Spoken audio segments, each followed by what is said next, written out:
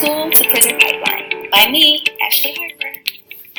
The School to Prison Pipeline, also known as the Schoolhouse to Jailhouse track, is the disproportionate tendency of minors and young adults from disadvantaged backgrounds to become incarcerated because of harsh punishments and policies. This track mostly affects minorities, specifically boys, and even more specifically, black boys being the main ones targeted. Stats show that 1 in every 15 African American males and 1 in every 36 Hispanic males are more likely to be incarcerated compared to the 1 in every 106 males. The cycle begins with these policies known as zero tolerance. These are typically policies put in place regarding student behavior and actions. However, the punishment does not always fit the offense. Under zero tolerance policies, students are more likely to be suspended or expelled, and police can get involved. Some students meet this fate far too often. The students who these policies often affect the most are the students who don't come from the best home life. They are often dealing with poverty, violence, and drugs.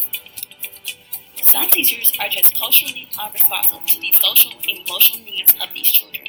They result to punishment to just get the disruption out of the class instead of getting to the real issue.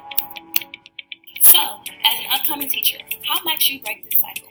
How do we make sure we are culturally and socially aware of what's going on in our students' lives?